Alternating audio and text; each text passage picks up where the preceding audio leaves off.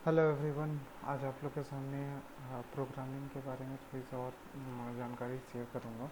जो कि पहले आज हम लोग जानेंगे कि इंट्रोडक्शन प्रोग्रामिंग है क्या, एल्गोरिदम क्या होता है, फ्लो चार्ट क्या होता है, क्वेश्चन आपके क्वेश्चन बेस्ड जितने भी आपके से जैसे कि आपका सीक्वेंस हो गया या फिर सिलेक्शन हो गया, इसके बाद इटरेशन हो गया, इटरेशन क्या होता है, इन सारे बातों को हम लोग आज जानेंगे।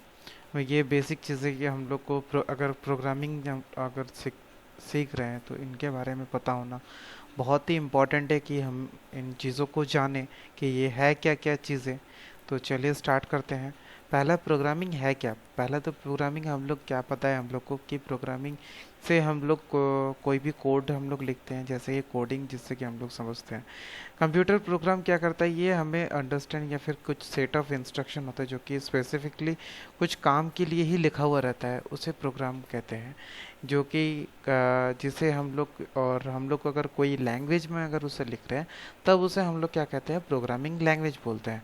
प्रोग्रामिंग लैंग्वेज स्पेसिफिकली, जो प्रोग्रामिंग लैंग्वेज क्या प्रोवाइड करती है, प्रोग्रामर को अपना जो टास्क उसे करना है, प्रोग्रामर क्या करता है उस टास्क को करने के लिए अपने भाषा में वो चीज़ लिखता है। अब वो कोई ब्लॉग के पोस्ट में भी हो सकता है। अब प्रोग्रामिंग लैंग्वेज है क्या, तो इसके बारे में अगर देखेंगे तो बहुत सारे पॉपुलर लैंग्वेजेस हैं। जैसे कि आपने सुना होगा पाइथन, सी प्लस प्लस, जावा एट्सेट्रा। सी इन सारी लैंग्वेजेस आपकी प्रोग्रामिंग लैंग्वेजेस में आती है, तो इसे हम लोग प्रोग्रामिंग लैंग्वेज कहते हैं। तो इसके अंदर हम लोग कोई भी स्पेसिफिक चीज़ें हम लोग लिख सकते हैं। लिखने के बाद हम लोग उस चीज़ को हम लोग जैसे चाहे वैसे हम लोग रिजल्ट हम लोग निकालते हैं। तो इसके बाद आते हैं आपकी एल्गोरिदम। एल्गोरिदम है क्या, एल्गोरिदम एक कुछ सेट ऑफ आप जो भी चीज़ें होती है, जैसे हम लोग कोई भी प्रोग्राम लिखते हैं तो उसके पहले कैसे उसका एक डायग्राम होता है कि कैसे स्टेप बाय स्टेप हम लोग उसी चीज़ को कोई भी एल्गोरिदम के ज़रिए ही हम लोग प्रोग्राम पहले बनाते हैं। हम लोग का जो लॉजिक है उस लॉजिक को हम लोग पहले एल्गोरिदम में हम लोग पहले बनाते हैं। अगर एल्गोरिदम अगर हम लोग बना लेते हैं तो फिर हम लोग स्टेप बाय स्टेप उसको स्टेप प्रोसीड्योर उसको भी बोलते हैं कि स्टेप प्रोसीड्योर में हम लोग उसे सॉल्व करते हैं, जिसके थ्रू हम लोग डायरेक्ट उसके बाद हम लोग प्रोग्राम में करते हैं। तो यहाँ पर आप ऑलरेडी देख सकते हैं कि एल्गोरिदम होता कैसा है। एल्गोरिदम में आपका स्टेप वन स्टेप टू के ज़रिए होता है। यहाँ पर ये जो दी गई है ये आपकी फ़्लो चार्ट है, जहाँ पर फ़्लो चार्ट में आपकी दी हुई है, अगर वो सही है तो फिर वो पर ये जो रेक्टेंगुलर शेप है, डायमंड शेप होता है आपकी, ये सारी अगर वो सही है तो फिर नो यस होगा। अगर वो नो है मतलब अगर वो नहीं चाहिए, कंडीशन अगर अप्लाई हो रहा है तो अगर डायमंड में कोई भी कंडीशन को हम लोग लिखते हैं कि जैसे यहाँ पर देखिए अपन लिखा हुआ है टू इक्वल्स टू ऑफ। अगर हाँ यस अगर है, अगर हाँ अगर होगा तो फिर अगर ऑन होगा तब जाके ये यस होगा, अदरवाइज ये नो होगा। तो ये से क्या कहते हैं, इसे फ्लो चार्ट कहते हैं। एक जगह से ये स्टार्ट होता है, इसका पूरा एक सिस्टम होता है। जो देखिए ये जो डायरेक्शन है, जो आपका एरो मार्क है, ये एरो मार्क का एक दूसरा मीनिंग होता है कि जिस डायरेक्शन में जाता है उसी डायरेक्शन में इसका डेटा को फ्लो होता है।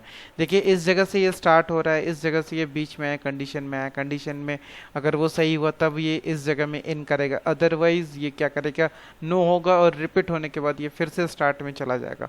और अगर येस हुआ तो फिर ये कहाँ जाएगा, इसके अंदर कंडीशन के अंदर जाएगा। कंडीशन में अगर येस हुआ तब जाके नेक्स्ट स्टेप में जाएगा, अदरवाइज ये नो में जाएगा, नो में जाएगा फिर से कंडीशन चेक करेगा। अगर येस हुआ तब जाके ये पास करेगा कि हाँ भाई ठीक है आप काम कर सकते हो, तब जाके अगर नहीं ठीक हुआ तो फिर ये नो होगा, और इसके बाद ये क्या करेगा, सेंड कर देगा कि ये डेटा नहीं होगा। तो ऐसे ही ये इसे फ्लो चार्ट कहते हैं, जो यहाँ पर मैंने आप लोग को समझने के लिए दिखाया।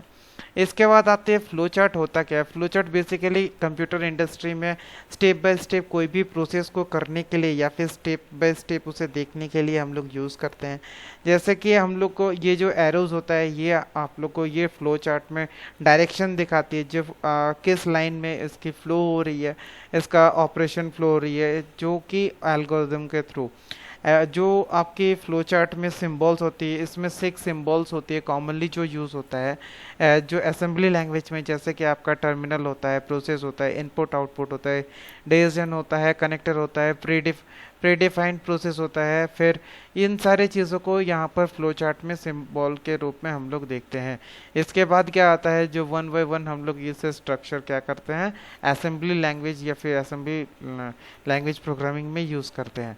नेक्स्ट आगे चलते हैं, सीक्वेंस, सिलेक्शन, इटरेशन। सीक्वेंस क्या होता है कि कोई भी चीज़ अगर इस तरीके से अगर देखें, एक के बाद एक के बाद एक, इसे कहते हैं आपके सीक्वेंस के वन बाय वन अगर हो रहा है तो उसे सीक्वेंस कहते हैं। सिलेक्शन क्या होता है कि जो भी चीज़ें को पर्टिकुलरली हमें चाहिए तो उसी चीज़ को हम लोग सिलेक्ट करते हैं तो वो उसे सिलेक्शन कहते हैं। और इटरेशन क्या होता है कि कोई भी काम को अगर बार बार अगर करना है तब जाके इटरेशन आएगा। जैसे कि यहाँ पर देख सकते हैं कि integer x, integer y, max integer यहाँ पर लिया हुआ है। जैसे गेट इनपुट, ये जो प्रोग्राम है ये बेसिकली इस फ्लो चार्ट के अंदर ही दिया हुआ है। इस फ्लो चार्ट को ही यहाँ पर इंटीजर में यहाँ पर आपको शो करके दिखा रहा है। One line writes to a code, there are the 3 ways to can control the order those line will be executed by the computer. ये सारे लाइंस को अगर जब तक ये एग्जीक्यूट नहीं होगा तब तक क्या करेगा, ये कंपाइल नहीं करेगा। जैसे यहाँ स्टार्ट हो रहा है, यहाँ पर क्या कर रहा है, ये जा रहा है, पहले इनपुट ले रहा है, ये दोनों इनपुट लेने के लिए है। यहाँ पर ये चेक कर रहा है कि इफ़ एक्स एंड वाई, अगर मतलब ये कंडीशन सही है। देखिए एक if X greater than Y, ये जो है ये इफ़ इफ़ क्या है आपकी कंडीशन में यूज़ होता है। If X greater than Y max equal to X, अगर ये ट्रू हुआ, X if X greater than Y अगर ट्रू हुआ तब जाके मैक्स आपको एक्स प्रिंट करेगा और आउटपुट में जाके एक्स आपकी प्रिंट कर देगा। अगर फॉल्स हुआ, एल्स अगर फॉल्स हुआ तो फिर ये क्या करेगा, max equal to Y. Max equal to देखिए वाई है, सेम चीज़ है, ये फ्लो चार्ट ये आउटपुट में आपको वाई प्रिंट करेगा, इसके बाद ये एंड हो जाएगा। ये होता है आपकी एक प्रोसेस होती है, या फिर आप इसे एक वे कह सकते हैं। इसी वे में ये जो फ्लो हो रही है डायरेक्शन में, इसी को हम लोग क्या करते हैं फिर प्रोग्रामिंग में जाके इसे हम लोग लिखते हैं। तो ये हो गई आपकी एक, यहाँ पर आप देख सकते हैं, यहाँ पर इटरेशन है, यहाँ पर जो भी चेक हो रहा है, यहाँ पर जो इनपुट है, यहाँ पर सिलेक्शन है। इंटीजर आपके सीक्वेंस है, एक के बाद एक ये जा रही है, ये नहीं तो ये सीक्वेंस होगी। ये सारे सीक्वेंसिंग का मतलब क्या है कि कोई कोड अगर रन कर रहा है, वो अगर ऑर्डर में है, वन बाय वन अगर टाइम बाय टाइम अगर वो चेंज होते जा रहा है, एक के बाद एक एग्जीक्यूट हो रहा है, तो उसे हम लोग सीक्वेंसिंग करते हैं, सीक्वेंसिंग कहते हैं। इसके बाद आते हैं सिलेक्शन। सिलेक्शन में क्या होता है कि हम लोग कोई भी कोड को रन करते हैं, अगर वो कंडीशन को मिट करता है, सिलेक्शन में अगर मिट करता है, जो कि इफ स्टेटमेंट जो कि यूज़ होता है, अगर कंडीशन अगर 4, 5, 6 अगर एग्जीक्यूट होता है तो फिर वो जंप करेगा 7वें लाइन पे, और जहाँ पर वो देखेगा कि अगर 4, 5, 6 अगर सही है तब जाके वो अपना काम करेगा, अदरवाइज नहीं करेगा, वो जंप करके निकल जाएगा, वो एग्जिट कर जाएगा। इटरेशन क्या होता है, ये होता है लूप, इसे इटरेशन को लूप भी कहते हैं। Sometimes computer to execute the same line code several time, अगर कोई भी कंप्यूटर को अगर सेम लाइन को अगर बार बार अगर उसे चेक करना पड़े कि वो उससे काम हो रहा है कि नहीं, जैसे कि 2 डिवाइडेड बाय 3 अगर चेक करेंगे, अगर वो डिविजिबल नहीं है तो फिर से वो चेक करेगा 4 को, अगर जब तक कि वो डिविजिबल ना हो तब तक वो चेक करते रहेगा। ये जो बार बार चेक करते रहने का जो प्रोसेस है, इसे ही लूप कहते हैं। और लूप से तभी वो निकलेगा जब तक वो कंडीशन वो सेटिस्फाई ना करता हो। अगर सेटिस्फाई अगर नहीं किया तो वो घूमते रहेगा, वो तब तक घूमते रहेगा जब तक उसे दिया हुआ है कि आप एक लिमिटेड आप नंबर तक आप जाओ, कि अगर आपको 100 तक जाना है या फिर 200 तक जाना है, उस टाइम तक वो लूप घूमते रहेगा और चेक करते रहेगा कि वो सही कंडीशन सही है नहीं। तो इसे लूप कहते हैं, लूप हम लोग यूज़ करते हैं प्रोग्रामिंग में।